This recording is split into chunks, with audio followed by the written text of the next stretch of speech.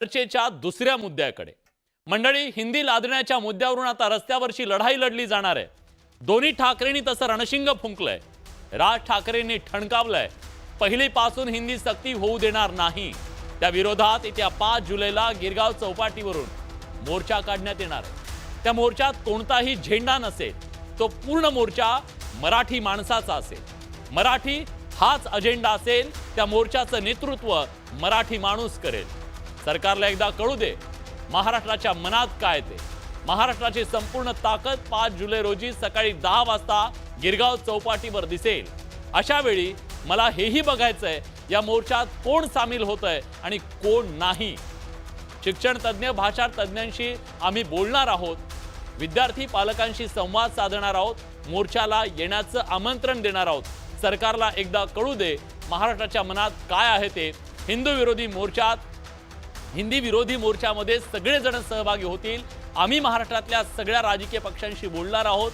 कोणताही वाद आणि भांडणापेक्षा महाराष्ट्र मोठा आहे हे आम्हाला 5 जुलैला कळेल। राज ठाकरेंचे हे शब्द आहेत। तिकडे उद्धव ठाकरे यांनी सुद्धा 7 तारखेच्या आंदोलनाला उबाठाचा पाठिंबा असेल असं म्हटलं। त्यामुळे मराठीच्या मुद्द्यावरून जे रणकंदन सुरू आहे ते अधिक टोकदार होणार आहे, यात कुठलीही शंका नाही। प्रश्न आहे, खरंच दोन्ही ठाकरे मराठीच्या मुद्द्यावर एकत्र येतील का? दोन ठाकरे सरकारला हिंदीचा हट्ट सोडायला भाग पाडतील का? प्रश्न अनेक आहेत। या सगळ्याची आज आपल्याला चर्चा करायची आहे, पण त्याआधी बघूया हे राजकीय रणकंदन नेमकं आहे का। त्यांच्याशी बोलणार, त्यांच्याही लोकांशी बोलणार, आमची माणसं त्यांच्याशी लोकांशी बोलणार। कुठच्याही वादा आणि भांडणापेक्षा महाराष्ट्र मोठा आहे हे तुम्हाला वाक्य तुम्हाला तारखेला कळेल। शिवसेनेतले गद्दार जे जिकडे निंदेपणाने राहत आहेत त्यांना सुद्धा आता बाळासाहेबांचे विचार काय आहेत हे मराठीतून पुन्हा सांगण्याची वेळ आलेली आहे। हिंदी सक्तीच्या विरोधात आता राजकीय वातावरण तापायला सुरुवात झाली आहे। एका मुद्द्यावरून 2 मोर्चे निघणार असल्यानं हिंदी सक्तीच्या विरोधात राजकारण केलं जातंय का असा प्रश्न निर्माण झालाय। त्यामागचं कारण म्हणजे राज ठाकरेंनी हिंदी सक्तीच्या विरोधात शड्डू ठोकलाय। हिंदी सक्ती विरोधात मनसेनं गिरगाव चौपाटी ते आझाद मैदानापर्यंत मोर्चाचं आयोजन केलं। या मोर्चाचं वैशिष्ट्य म्हणजे मनसे सर्व मराठी भाषकांसह पक्ष आणि संघटनांना या मोर्चात सहभागी होण्याचं आवाहन करणार आहे। विशेष म्हणजे उद्धव ठाकरेंच्या शिवसेनेलाही सहभागी करून घेण्याची भूमिका राज ठाकरेंनी घेतली आहे। महाराष्ट्रातले राजकीय पक्ष म्हटलं आल्यानंतर ते पण आलेच ना, त्यांच्याशी बोलणार, त्यांच्याही लोकांशी बोलणार, आमची माणसं त्यांच्याशी लोकांशी बोलणार। तुम्हाला आठवत असेल की ज्याच्यावरती इतके दिवस जे तुमचं जे चालू होतं ना सगळं, ते माझं वाक्य आपण लक्षात घ्या, कुठच्याही वादा आणि भांडणापेक्षा महाराष्ट्र मोठा आहे हे तुम्हाला वाक्य तुम्हाला 7 तारखेला कळेल। 7 जुलैला मराठी समन्वय समितीच्या मोर्चानं मुंबई दुमदुमणार आहे। या मोर्चाला उद्धव ठाकरेंच्या शिवसेनेचं पाठबळ मिळणार आहे, कारण हिंदी सक्ती विरोधात उद्धव ठाकरेंनीही आक्रमक पवित्रा घेतलाय। हिंदी सक्तीला शिवसेना उबाठानं कडाडून विरोध केलाय।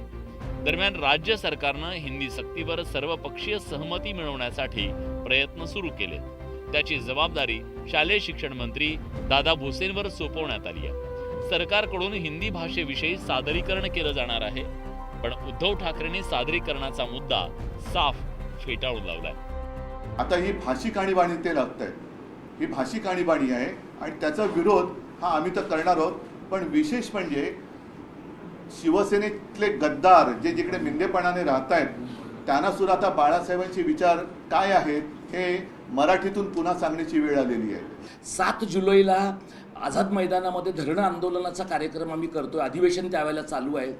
हे जे धरणं आंदोलनाचा कार्यक्रम आहे त्यामध्ये उद्धवजींनी सुचवलेली एक महत्त्वाची सूचना अशी होती की आपण हुतात्म्यांना अभिवादन करून त्या कार्यक्रमाची सुरुवात करावी।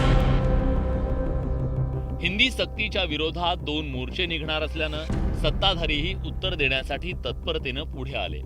राजकीय लाभासाठी विरोधकांचं राजकारण सुरू असल्याचा पलटवार सत्ताधाऱ्यांनी केला।